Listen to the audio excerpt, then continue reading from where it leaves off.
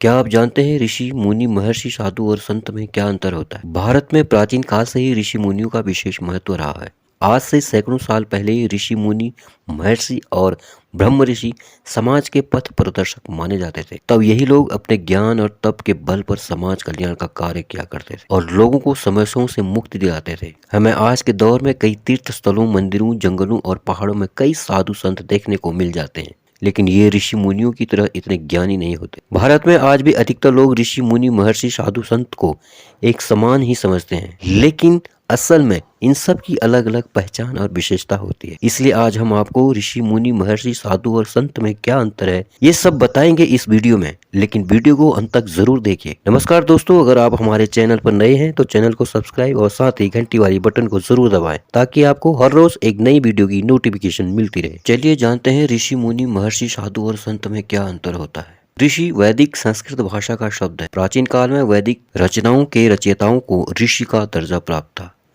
ऋषि अपने योग के माध्यम से परमात्मा को प्राप्त हो जाते थे और अपने सभी शिष्यों को आत्मज्ञान की प्राप्ति करवाते थे। वैदिक काल में सभी ऋषि गृहस्थ आश्रम से आते थे। ऋषि पर किसी तरह का क्रोध, लोभ, मोह, अहंकार और ईर्ष्या आदि की कोई रोक टोक नहीं है और न ही किसी भी तरह का संयम का उल्लेख मिलता है। प्राचीन काल में ऋषि भौतिक पदार्थ के साथ साथ उसके पीछे छिपी ऊर्जा को भी देखने में सक्षम थे। हमारे पुराणों में सप्त ऋषि का उल्लेख मिलता है, जो केतु, पुलह, पुलस्त्य, अत्रि, अंगिरा, वशिष्ठ तथा भृगु हैं।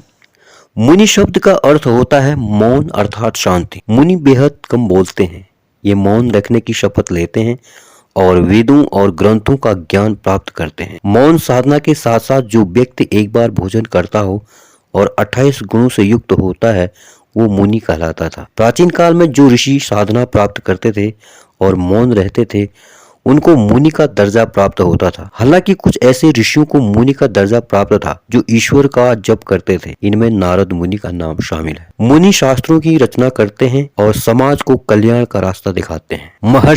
महर्षि ज्ञान और तप की उच्चतम सीमा पर पहुंचने वाले व्यक्ति को महर्षि कहा जाता है। महर्षि मोह माया से विरक्त होते हैं और परमात्मा को समर्पित हो जाते हैं। महर्षि से ऊपर केवल ब्रह्म ऋषि माने जाते हैं। गुरु वशिष्ठ और विश्वामित्र ब्रह्म ऋषि थे। प्राचीन ग्रंथों के अनुसार हर इंसान में 3 प्रकार के चक्षु होते हैं, ज्ञान चक्षु, दिव्य चक्षु और परम चक्षु। जिस इंसान का ज्ञान चक्षु जागृत हो जाता है उसे ऋषि कहते हैं। जिसका दिव्य चक्षु जागृत होता है उसे महर्षि कहते हैं और जिसका परम चक्षु जागृत हो जाता है उसे ब्रह्म ऋषि कहते हैं। अंतिम महर्षि दयानंद सरस्वती थे, जिन्होंने मूल मंत्रों को समझा और उनकी व्याख्या की। इसके बाद आज तक कोई भी व्यक्ति महर्षि नहीं बन पाया।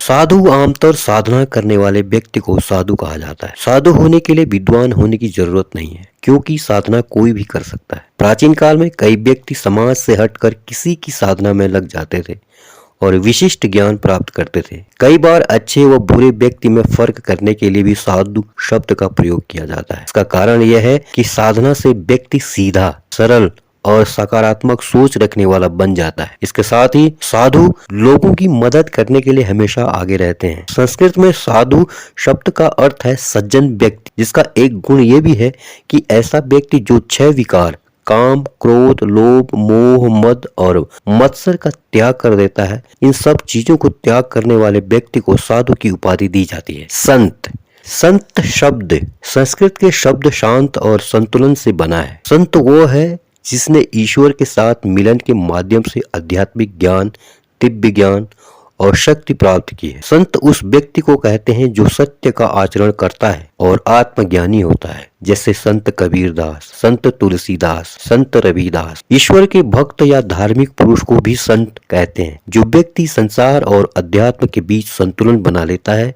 उसे संत कहते हैं। संत के अंदर सहजता, शांत स्वभाव ही बसती है।